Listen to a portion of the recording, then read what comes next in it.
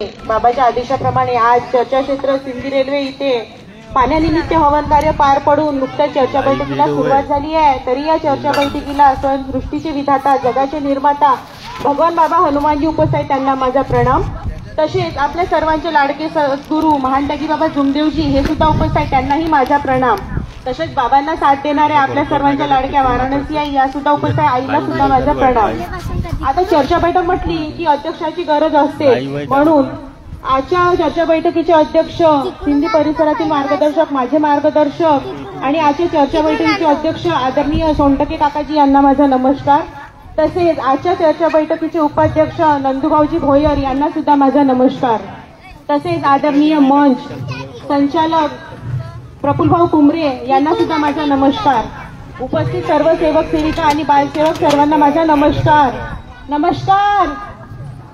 बघा, चर्चा बैठक म्हटली की इथे खूप सारे अनुभव येतात। आता इतके छान छान अनुभव झाले की म्हणतात ना, ऐकून कहाणी डोळ्याचे पाणी, दुःख वाटे जीवाला।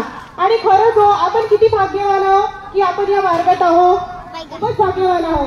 मला आता हा डायरेक्टच मार्ग मिळाला असंच म्हणते मी, कारण मला काही दुःखातून जावं लागलं नाही। पण बघा, आता याचमुळे कालचा अनुभव बघा, माझे दोन्ही मुलं बुट्टीबोरला राहतात, माझ्या सासूबाई आणि माझी मुलं। तिथे काय चर्चा बैठक होती, तर माझे मुलं तिथे चर्चा बैठकीला गेले। तर माझ्या मोठ्या मुलाला तिथे उभं केलं, त्याला म्हटलं वाटतं की मार्गात याचं कारण सांग। आता बघा, तो डायरेक्ट मार्गातच जन्माला आला आणि कधी हा विषय निघालाच नाही की त्याला आम्ही या मार्गात कशासाठी आलो हे कारण त्याला कधी कळलंच नाही। बघा, चर्चा बैठक नसल्यामुळे मुलांमध्ये या गोष्टीचा अभाव पडतो आणि मुलांना हे सुद्धा माहित नसते की आपल्या घरचे लोक मार्गात कशासाठी आले। तर त्यांनी मला आज फोन केला, मी फोन केला त्याला, म्हटलं बैठकीला गेला होता का? तर म्हणे हो मम्मी, मला उभं केलं होतं। तर म्हटलं काय सांगितलं? तर म्हणे मला विचारलं की मार्गात यायचं कारण सांग। तर मला का माहित म्हणे मी मार्गात कशासाठी आलो होतं, कधी तू सांगितलंच नाही म्हणे। तर मी म्हटलं मी सांगितलं नाही, तू कधी विचारलं नाही ना म्हटलं की आपण मार्गात कशासाठी आलो। पण जेव्हा तू लहानपणी माझ्यासोबत बैठकीला येत होता तेव्हा तुला माहित नाही म्हणलं? तर म्हणे नाही, तू स्वतःचेच अनुभव सांगत होती, तू कधी असं सांगितलंच नाही म्हणे की आपण मार्गात कशासाठी आलो। आणि खरंच माझी ही चूक झाली की मी कधी मुलांना ही गोष्ट सांगितली नाही, कारण मी पण डायरेक्ट मार्गात आली तर मी हा विषय कधी काढलाच नाही की मला दुःख होतं म्हणून। कारण माझ्या परिवारामध्ये दुःख नव्हतं, पण पहिले यांच्या घरामध्ये बाहेर बाधा होती म्हणते, सगळ्यांच्या तब्येती बिघडत होत्या। आणि आज कारण सांगते मी मार्गात याचं यांचं, तर यांच्या तब्येती व्यवस्थित राहत नव्हत्या। माझ्या लहान नंदेचं लग्न झालं, त्यांच्याकडे मार्ग होता। ती माझ्या नंदेला सांगत होती, म्हणते की आमच्या आईकडे पहिल्यांदा अशा तब्येती राहत होत्या, असं तसं। तर माझ्या नंदेने म्हटलं वाटते की तुम्ही मार्ग घेऊन घ्या। पण माझे मोठे भासरे टीचर होते, तर त्यांचं असं म्हणणं पडलं की आता माझं लग्न झालं की आपल्याकडे खंडोबा आहे, तर त्याचं जागरण करू आणि त्यानंतर माझ्या लग्नात सगळ्या देवदेवताचं करून आपण विसर्जन नंतर करून मार्ग घेऊ। पण बघा, भगवंताला काही वेगळंच घडवायचं होतं। माझ्या भासऱ्याच्या त्याच्या मित्राच्या रिसेप्शनला जाताना ऍक्सिडेंट झाला आणि त्यांच्यात ते मरण पावले। आता मोठा मुलगा गेल्यामुळे घरची परिस्थिती सगळे खचले होते आणि सगळ्याला वाटलं की आपल्या गावामध्ये सोनेगावमध्ये बिअर बार आहे, आपल्याला एकच मुलगा आहे आणि याला व्यसन न लागावं म्हणून आमचे घरचे लोक या मार्गात आले आणि त्यांनी हा मार्ग घेतला। बघा, सांगायचं तात्पर्य इतकंच की बघा, माझ्या मुलाला हे सुद्धा नव्हतं माहित। तो म्हणे मी आज त्याला सांगितलं, तर मम्मी म्हणे मला हे एवढं नव्हतं माहित। मी म्हटलं काही पण सांगितलं असतं की मी माझ्या मार्गात आल्यावर जन्मलो असं तसं, मी कसं सांगू? पण त्यांनी मला एक विचारलं, मी एक कसं सांगू? बघा, म्हणून जे मार्गात भक्तीचे सेवक आहे, ज्यांची मुलं मार्गात जन्माला आहे, त्यांना मार्गात येण्याचं कारण खरंच सांगा। कारण बघा, अशी वेळ येते की मुलांना माहीत हातात येतो पण त्यांना बोलताना काय बोलावं हे कळत नाही। माझ्या मुलावर अशी वेळ आली म्हणून मला माझी ही चुकी समजली। हा मार्ग खूप चांगला आहे हो, आणि खरंच या मार्गात खूप चांगले चांगले अनुभव आहे। असं नाही की चर्चा बैठकीतच गेल्यावर अनुभव येते, मोबाईल आहे, युट्यूबवर इतके चांगले चांगले अनुभव येतात। फक्त सर्च करून आपल्याला बघायची गरज आहे। मला सवय आहे, मला मी शेतात जाऊ कुठे जाऊ मला एक सवय आहे, मी घरी जरी कोणतं काम करत असली की युट्यूबवर अनुभव लावून मला ते ऐकायची सवय आहे। मी त्या दिवशी तापसी येतील पडोळे काकूचा एक अनुभव ऐकला, मी तर तुम्हाला थोडक्यात सांगतो। बघा, मार्गात एक सेवक होता, त्याला मुळ्यात उमळली होती, त्याची मुळ्यात बसत नव्हती। तर त्याने दुसऱ्या सेवकाला म्हटलं की मला खूप दिवसापासून मुळ्याचा त्रास आहे, मी काय करू मला कळत नाही। तर बघा आपण सेवक अति हुशार असतो, आपल्याला वाटतं की आपण खूप दिवस झाले मार्गात आलो, आपल्याला सगळंच समजते आणि याच्यामध्ये आपण दुसऱ्या सेवकाला चुकीचं मार्गदर्शन करतो. त्याने त्या सेवकाला म्हटलं की म्हणे मुळ्यात दारू पिल्यानं बसते म्हणे. सेवकाने सेवकाला मार्गदर्शन केलं बघा, म्हणे थोडीशी घे आणि म्हणे घे तर म्हणे आपल्याला जमत नाही तर नाही भगवंताला क्षमा मागून घ्यायची म्हणे. आपला भगवंत दयाळू आहे ना, क्षमा करतो, कितीही चुका तुम्हाला क्षमा करतो. पण ही मनस्थिती बघा, त्या सेवकाने एक वेळा दारू घेतली, त्याला आराम नाही पडला, त्याला वाटलं थोडीशी घेतली अजून थोडीशी घेतली तर काय होते, पुन्हा अजून एक वेळा क्षमा मागून घेईल. त्या सेवकाने अजून घेतली, असं करता करता त्याने 3 वेळा दारू घेतली. म्हणजे बघा आपल्याला कळत असेल तर दुसऱ्याला मार्गदर्शन करा, नसेल कळत तर त्याच्यात पडू नका आणि कोणालाही चुकीचे पात्र बनवू नका. हा मार्ग इतका चांगला आहे की यावर जर कठोर नियमाचे पालन केले ना तर जे मागेल ते भेटते. खरंच आहे, माझ्या मुलांना पण माझं हे सांगणं असते की रोज शाळेत जाताना भगवंताला योग मागून जा आणि माझ्या मुलांना तर ती सवय लहानपणापासूनच आहे. आता 12 वर्षाचा त्याग येतो. जो पहिले आला होता तेव्हा माझा लहान मुलगा 3 वर्षाचा होता आणि मोठा 6.5 वर्षाचा होता. तो त्या मुलांचा झाला आहे. तर माझ्या मुलाला एक सवय होती बघा, लहानपणची गोष्ट सांगत आहे मी. माझा लहान मुलगा काय करायचा, जर कोणाच्या घरची पत्रिका आली का नाही तिच्यावर देवाचं काढून असायचं, तर माझा लहान मुलगा कसा करायचा, ते देवाचं टाकायचं, तिथं परमात्मा एक लिहून ठेवायचं, त्याचं हे चालू असायचं. मग ती त्याला टोकायची असं का करते. तर त्याने एक दिवस आमच्या घरी पत्रिका घेऊन एक अनेकवाले आले. त्याला का म्हणे तुम्ही आम्हाला ही पत्रिका कशाला देता म्हणे. ते म्हणे काहून, नाही आम्ही मार्गवाले आहो ना म्हणे, आमच्या घरी देवाची पत्रिका जमत नाही म्हणे. म्हणजे बघा मुलांना किती बुद्धी असते हो. आता इथे सेवकांची लहान लहान मुलं आहे, सगळे कितीही खेळत असले पण जेव्हा प्रणाम आणि जयघोष शिवा आणि भगवंताचं हे असलं की पटकन हातातलं सगळं काम सोडून नमस्कार करतात. किती महान शक्ती आहे आपल्या मार्गात, खरंच ती अनुभवणं जरुरी आहे. आणि खरंच हा मार्ग इतका सुंदर आहे की याचं गुणगान जितकंही केलं तितकं कमी आहे. म्हणून या मार्गात तत्वशुद्ध नियमाचे पालन तुम्ही करा आणि मीही करीन. एवढे बोलून मी माझे 2 शब्द सांगते. सगळ्यांना माझा आदरपूर्वक नमस्कार. धन्यवाद दोघंही. फार सुंदर असं आम्हा सेवकांना आपण आपल्या अनुभवाच्या माध्यमातून मार्गदर्शन केलं. त्याचप्रमाणे चर्चा बैठकीचं महत्व सुद्धा पटवून दिलं आणि सेवकांच्या मुलांना खास करून जे ज्यांच्या सेवकाच्या परिवाराचे नवीन आलेले मुलं आहे त्यांना आपल्या परिवारामध्ये मार्गात कारण नाही माहीत याबद्दल सुद्धा फार स्पष्टीकरण सांगितलं. बरोबरच आहे.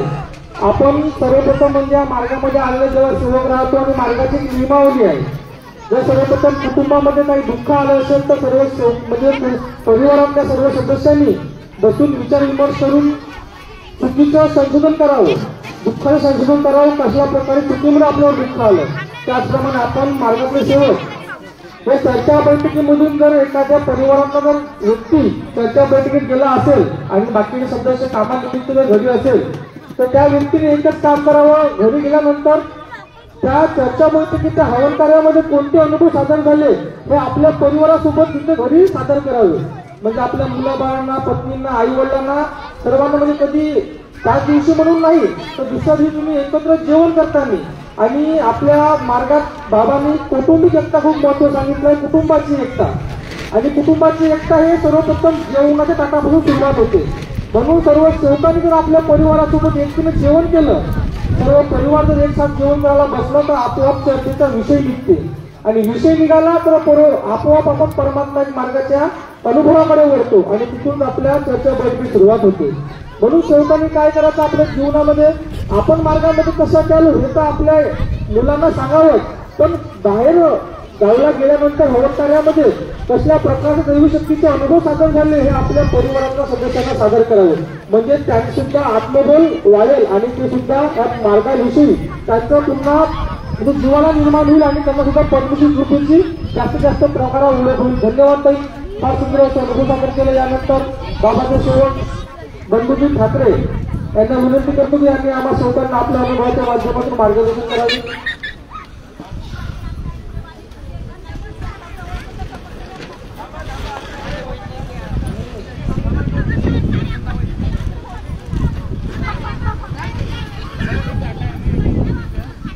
त्यानंतर बाबाचे सेवक भाऊ गवळी आम्हा सेवकांना आपल्या अनुभवाच्या माध्यमातून मार्गदर्शन करतील अशी विनंती करतो.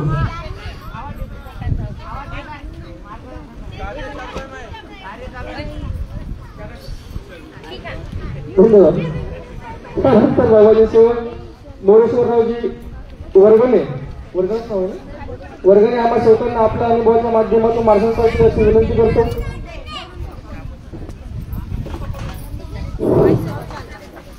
आपण भगवंताला बाबाला प्रमाण करतो. भगवान बाबा हनुमान जी को प्रणाम. महान त्यागी बाबा जुंदे जी को प्रणाम. परमात्मा परम पूज्य परमात्मा सेवक मंडळ वर्धापनगर नागपूरच्या वतीने आजचे सिंधी मंडळी चर्चा क्षेत्रावर हवन कार्य पार पडलं. एका भगवंताची चर्चा बैठक नुकतीच चालू झालेली आहे. सृष्टीचे विधाता जगाचे निर्माता भगवान बाबा हनुमानजी उपस्थित आहे, यांना माझा प्रणाम. तसेच महान त्यागी बाबा जुंदेजी उपस्थित आहे, यांना माझा प्रणाम. तसेच सगळ्याचे मातोश्री वाराणसी उपस्थित आहे, यांना माझा प्रणाम. आजच्या चर्चा बैठकीचे अध्यक्ष सुधाकर सोनटके काकाजी, आमचे कार्यकर्ते, माझ्या परिवाराचे पहिला नमस्कार. आजचे उपाध्यक्ष नंदोजी भोयर, यांना माझा नमस्कार. तसेच आदरणीय सेवक शौकींना बालगोपाल, यांना माझा नमस्कार. आमच्यावर माझा नातू आहे 1.5 वर्षाचा. 1.5 महिना झाला, आम्हाला काही समजायला नाही. तर त्याची संडास साफ नाही आता कळत नाही. तर असं करता 1.5 महिना लुटून गेला. आणि कार्यकर्त्यापर्यंत काही सांगितलं नाही आणि कार्यकर्ता बसवली. तर असं करता करता त्या दिवशी त्याची अचानक तब्येत खूप बिघडली म्हणजे तो खूपच हे करे तर सूट आला. आणि तर आम्ही 5-7 दवाखाने केले. नंतर सोनोग्राफी सांगितली, त्या सोनोग्राफी केलं, काहीच नाही दाखवलं. त्याच्यानंतर आम्ही मग आमचे बाबाजी आई वडील आले इथं. 8-9 महिने झाले, ते अनेकातले आहे. तर आमच्या काही लक्षात येऊ नाही का बा हे अनेकातले आहे. आम्ही त्याला अलग गेलो होतो, पण खाणंपिणं एकाच ठिकाणी होतं. पण हे बाकीचे देवापाशीच आहे. 8 दिवस तिथं, 4 दिवस तिथं, असं करून देवापाशीच आहे. आमच्या काही लक्षात येई नाही. अचानक भगवंताची कृपा, त्या दिवशी तब्येत बिघडाले आणि 6 वाजता. तर मग म्हणलं पोराले नसून बायले म्हणलं का बा तू काकाजीकडे जा. तर मग ते 6 वाजता गुरुवारी काकाजीकडे आले. काकाजीनं मार्गदर्शन केलं, चांगलं सांगितलं. तर तेव्हापासून तब्येत एवढी चांगली आहे, आता काही हे नाही. आता त्रासही बंद झाला, सगळं हे झालं. तर अशी भगवंताची कृपा आहे. मी इथंच रजा घेतो. नमस्कार सगळ्यांना. धन्यवाद वर्गणे साहेब. थोडक्यात कारण आपण फार सुंदर असा अनुभव आपल्या सर्व सेवकांसमोर सादर केला. त्यानंतर पूर्व मार्गदर्शन करण्याकरता आमंत्रित करतो बाबाचे सेवक पैलूजी वळके काकाजी, आम्हा सेवकांना आपल्या अनुभवाच्या माध्यमातून मार्गदर्शन करतील अशी मी विनंती करतो.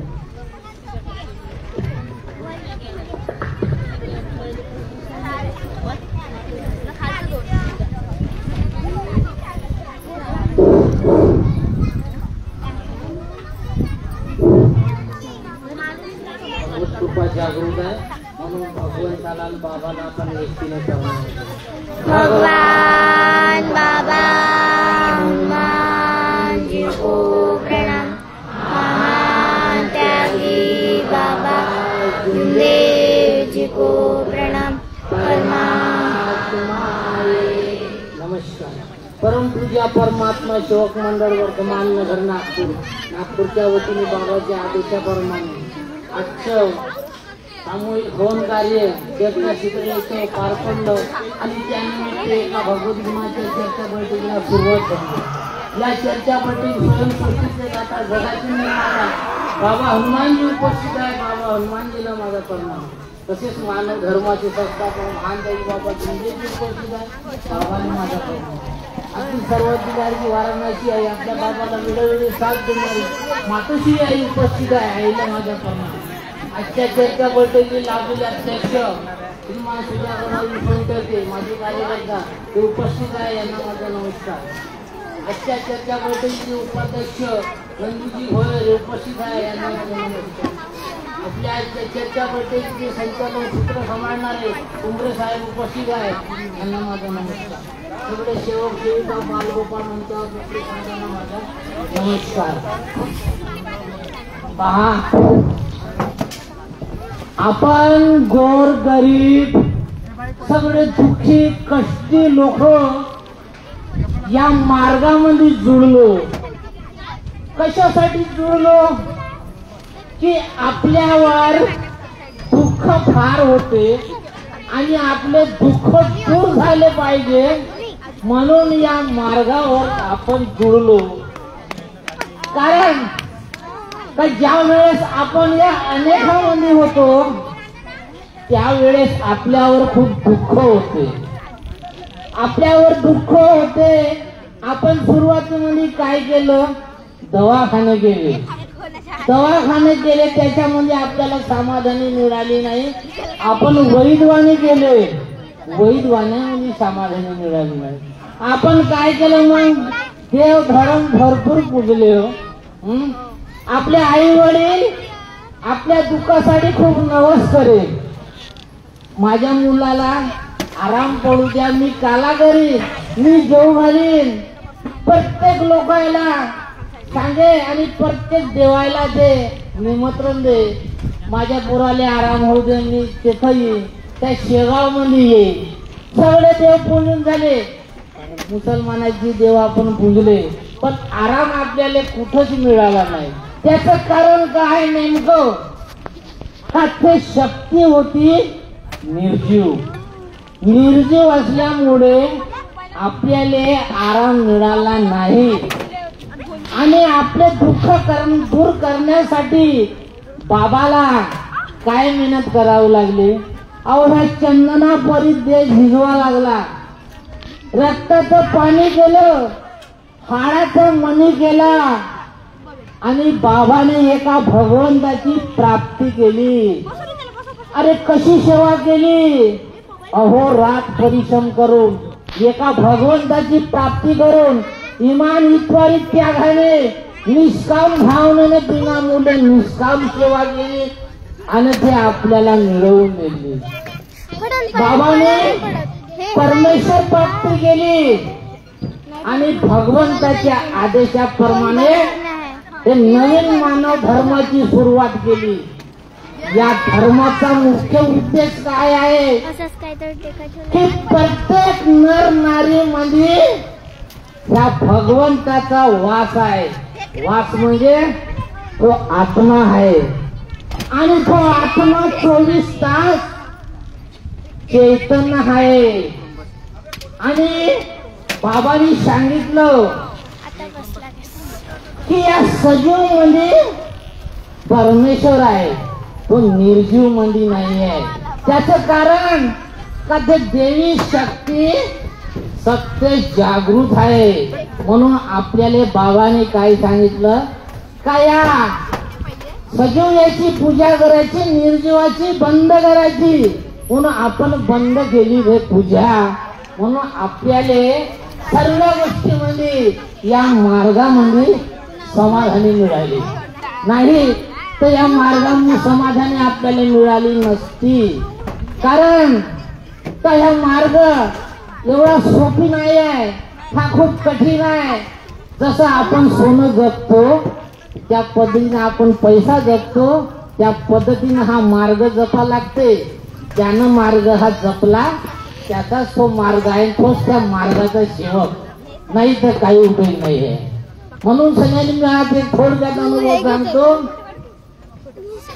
की त्या भंडारा जिल्ह्यामध्ये एक लापटा म्हणून गाव आहे आणि या शेवकाची कहाणी पहा.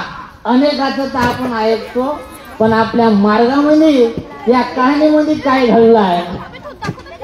दोघं भाऊ होते, एक गुलाबराव आणि एक भगवानराव. दोघे भावाच्या वाटेला जमीन आली होती 26 एकर. आणि गुलाबरावच्या पत्नीचे नाव होते जयश्रीबाई आणि भगवानच्या पत्नीचे नाव होते अहिल्याबाई. पहा, आणि हे दोघे भाऊ मार्गात होते आणि एकंदरीत कुटुंब राहत होते. आता एक दिवस काय झालं, दोघे जावाने आपल्या घरी कामधंदे केले, आपल्या मुलाबाळाला दूध पाणी पाजलं, पाण्यात टाकून दिलं आणि दोघे जावा शेतामध्ये निघाल्या. त्यानं आपल्या आपल्या शेतामध्ये जाऊन काम करू लागल्या. दुपारचे वाजले 2. ते अहिल्याबाई म्हणते जाऊबाईला, बाई जाऊबाई माझा मुलगा पारण्यामध्ये झोपून आहे, मी त्याला दूध पाजून सगळ्यांनी जेव चारून येतो. ते जयश्रीबाई म्हणाली ठीक आहे बाई, तू चालली तर जा, पण माझ्याही मुलाला दूध पाजून देतो, जेव चारून देतो, पाळण्यात झोपून देतो. त्या अलमारीमध्ये दूध ठेवलं. ते बाई म्हणाली बाई मी घरी गेली तर सगळेच काम करून येतो. ते बाई घरी गेली, त्या बाईनं जेवण केलं आणि त्या बाईनं आपल्या मुलाला दूध पाजलं, जेव चारलं. पण त्या जयश्रीच्या बाईच्या मुलाला जेवू चारलं नाही, तुला दूध पाजलं नाही त्या मुलाला. आणि त्याच्याकडे टकटक पाहू लागली आणि त्याला म्हणते थांबले का आता तुले करतो खट्टम. त्या बाईनं काय केलं, त्या पाळण्याजवळ गेली आणि त्या मुलाचा गळा दाबला आणि त्याला मारून टाकलं. आणि नंतर त्या बाईला खूप विचार आला की आता काय करावं, म्हणून त्या बाईनं तो बाळ खाकेमध्ये दाबला, शेवाच्या पत्रात गुंडारला ना वावराच्या रस्त्यानं नेला. त्या वावराच्या रस्त्यामध्ये एक होता नाला, त्या नाल्यामध्ये होता चिखल, तो बाजूला केला, त्या चिखलामध्ये त्याने दफन करून दिला. आता त्याने वावरात ते बाई म्हणते जयश्रीबाई माझ्या मुलाला दूध पाजलं का जुनं? हो बाई, तुझ्या मुलाला दूध पाजलं, जेव चारलं आणि तुझा मुलगा पाळण्यामध्ये खेळून राहिला. ठीक आहे. आता संध्याकाळ झाली, तो काही जावा घराकडे आल्या, आणि ते जयश्रीबाई पाहिजे पाळण्यामध्ये आपल्या मुलाला, तो मुलगा त्याचा दिसला नाही. जयश्रीबाई या घरी गेली, बाई माझा मुलगा तुझ्या घरी, दुसऱ्या घरी विचारतो बाई मुलगा आला का माझा? नाही बाई माझ्या. असा बंदा गाव पुणे हिंडून चालला, रात्रीचे 12 वाजले पण त्या मुलाचा पत्ता लागला नाही. काय कशी वासरासाठी हंबरते जाणार, तशी बाळासाठी हंबरते जागा बाळाची मार. आणि मग काय झालं, त्या वेळच्या बाईने एक दिवस रात्री उठली अदाल्या मदाल्यात आणि त्या कुंड्यामध्ये इरिया टाकून दिला. त्या गुलाबरावनं बैलाची जोडी पाजली, ते बैलाची जोडी मेली. दुसऱ्यांनी त्या बाईनं काय केलं, पुन्हा त्या कुंड्यामध्ये इरिया टाकला आणि त्या गुलाबरावनं म्हशी पाजल्या, त्या म्हशी मेल्या. गुलाबराव म्हणे असं काय झालं, म्हणून गुलाबरावनं निर्णय घेतला की आपल्या घरी आपल्या बाबाचा तवडा घ्यायचा. म्हणून गुलाबराव बाबाच्या घरी गेले आणि बाबाने सांगितलं. बाबाने म्हटलं ठीक आहे, तो गुलाबराव तू मौद्याच्या बसस्टँडवर खासर घेऊन ये, मी तयार राहतो. याने खासर नेलं, बाबा त्या खासरामध्ये तिथं आले, बसस्टँडवर आले. बसस्टँडवर त्या खासरामध्ये पाय टाकला, म्हातारी जोडी होती बंडीला. तो म्हातारी जोडी पाय टाकल्याबरोबर जशी निघाली, त्या मौद्यात एकदम लापट्यामध्ये जाऊन थांबली. बाबा घरी गेले, बाबा उतरले बंडीवरून, बाबाला बाल्टीवर पाणी दिलं, पाय धुवाले. बाल्टीमध्ये गडवा बुडवताच बाल्टी उघडली, पहिला सेवून झाला. दुसरे पाणी दिले, पाय धुतले, जाऊन पंगावर बसले, पण हालायला लागला, दुसरा सेवून झाला. आणि नंतर त्या इल्याबाईने चाय आणला बाबाला. बाबाला चाय आणला, चहा घ्या म्हणे. बाबा म्हणे बाई तुझ्या हातानं जेवढे गुन्हे झाले तेवढे तू पहिले सांग, त्याच्यानंतर तुझ्या हातात चाय घे. पण तो बाई सांगायला तयार नव्हती. म्हणून भगवंताने काय केलं का तिचे पाय त्या जमिनीला चिटकवले. ते इकडे नाही हाले आणि तिकडे नाही हाले. तिनं पांघरान खाली ठेवून दिलं आणि मग सांगायला लागली का मीनं पहिले गुन्हा केला, मुलाला मारलं. दुसरा गुन्हा केला, पहिल्याची जोडी मारली. आणि तिसरा गुन्हा केला, मी त्या दुधाच्या म्हशी मारल्या. आणि आता चौथा गुन्हा करणार होती का या दोघांनी खतम करायचं आणि ते 26 एकर जमीन आमच्या वाट्याने यायला पाहिजे. पहा या मार्गातली अशी भूमिका आहे, चांगली गोष्ट आहे. तेव्हाच बाबाने म्हटलं की गावचे पोलीस पाटील सरपंच बोलवा आणि या बाईची आत्ताच्या आत्ता सोडचिठ्ठी झाली पाहिजे. मग सगळे बोलावले, त्या बाईच्या आई वडिलाला बोलावलं आणि त्या बाईची सोडचिठ्ठी केली आणि त्या बाईला आपल्या आई वडिला समोर पाठवून दिलं. तिथे जवळच माहेर होतं त्या कुंभारीचं. ते गेली आणि त्या आई वडील त्या मुलीला म्हणे का बाई तुला काय केलं ग, आमच्या तोंडाला एवढं कार लावलं, आम्हाला आता उभं राहायची ना बोलायची जागा नाही तुला ठेवली, तू येतो राहून काय करते, तू चालली काय तुझ्याने. माझ्या बाईने काय केलं, अदाना मधाने रात्री गेली आणि त्या शेतामध्ये कोटा होता. आता कोटामध्ये का नाही राहत का सामान आपलं कास्तकाराचं भरपूर राहते.